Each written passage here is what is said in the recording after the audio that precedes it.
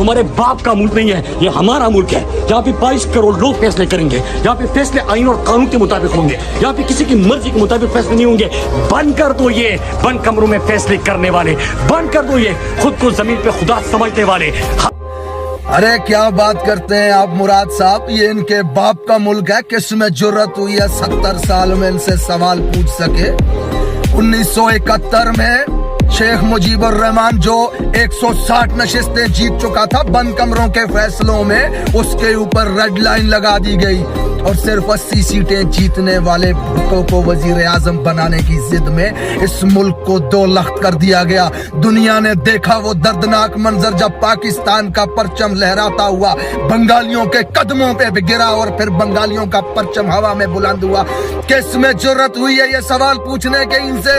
अरे बंद कमरों के फैसले ही तो हैं। आज 70 साल गुजर चुके हैं इस मुल्क में, आज भी हम 10 अरब की भीख मांगने दुनिया के सामने मुंह ठिठाते फिर रहे हैं। हमारे पड़ोस में एक शख्स 150 अरब डॉलर का मालिक बन चुका हुआ है, जबकि हम 22 करोड़ के लिए 10 अरब डॉलर की भीख लाते हुए लोगों को इसे सफारती कामयाबी कहते हैं। ये बंद कमरों के फैसले ही तो थे जो हमारे ऊपर मुसल्लत किए गए। ये इनके बाप का मुल्क था। ये डराओ नौजवानों, मैं सुनाता हूँ तुम्हें 1996 का वो वाकया जब 2 बहनों ने ये ऐलान किया था कि हमारे खानदान के, हमारे शोहर, हमारे भाइयों के 9 अफराद के कातिल मेजर अरशद जमील की सजाए मौत को रोका गया तो हम अदालत के सामने खुद को आग लगा देंगे। जज साहब के कान पे चूं तक नहीं रेंगी।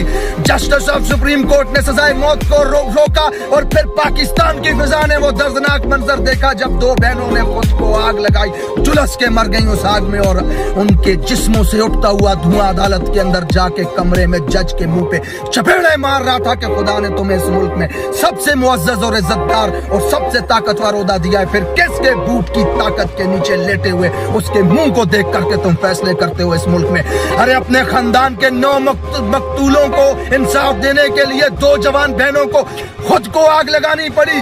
किसमें जुर्रत है इनसे सवाल पूछने की? वो मेजर अरशद जमील जिसने फौजी दस्ते के साथ मई जिंदों की जमीन पे कब्जा करने के लिए उसके 9 अफराद को घर से उठा के दरिया सिंध के किनारे पे ले जाकर के गोलियां मारी और अगले दिन GHQ से ये बयान जारी हुआ कि रात के दहशतगर्दों को मार दिया गया। वजीर आजम और आर्मी चीफ ने यूनिट को जाकर के इनाम दिए।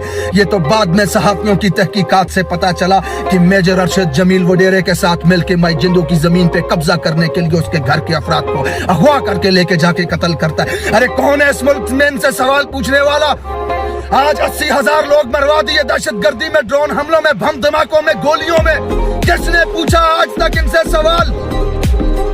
आज जिस कब्रिस्तान में जाएं आप, वहां पे 50 कब्रों के ऊपर पाकिस्तान का झंडा लहराता हुआ आपको नजर आएगा। मर रहे हैं फौजी रोज दहशतगर्दी में। आज तक एक इंच जमीन पे हमने कब्जा नहीं किया, किसी मुल्क में जाके बमबारी नहीं की, किसी के साथ हालत जंग में नहीं है हम, फिर भी हमारे लोग दहशतगर्दी में मर रहे हैं। किसमें जुर्रत है सवाल पूछने की इनसे?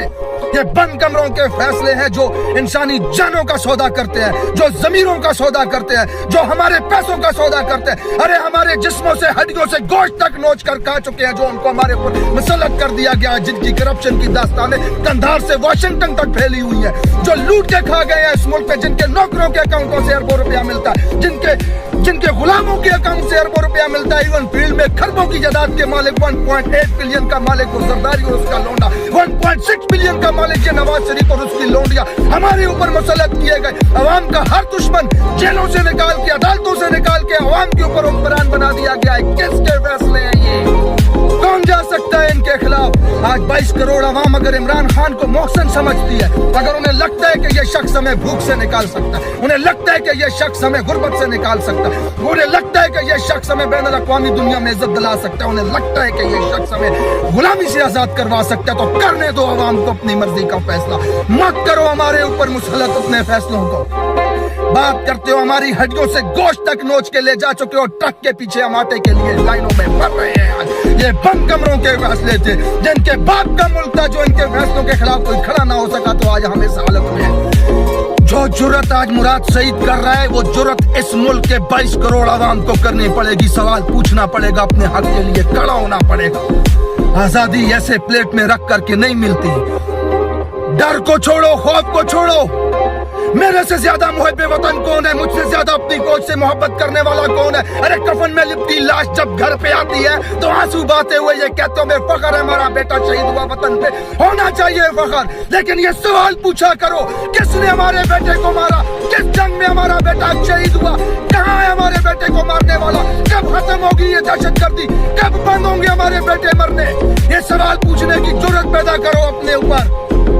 बंद कमरों के फैसलों ने आज मुल्क को इस हाल में ला दिया कि इस मुल्क का जज, रिस्पेक्टेड जज जिसको रब ने वो ओहदा दिया है, कि कयामत के दिन सबसे ज्यादा सवाल तुमसे पूछा जाएगा जज साहिबान, किसकी खूनों के ऊपर फैसले करते हो तुम इस मुल्क के अंदर? अगर इस मुल्क के निजाम को बदलना चाहते हो, अपने आने वाली नस्लों के मुस्तकबिल को बदलना चाहते हो, तो खड़े होकर के सवाल पूछो। बंद कमरों में किए गए फैसलों को मुस्तरद करो, अपने फैसले खुद करो इस मुल्क के अंदर।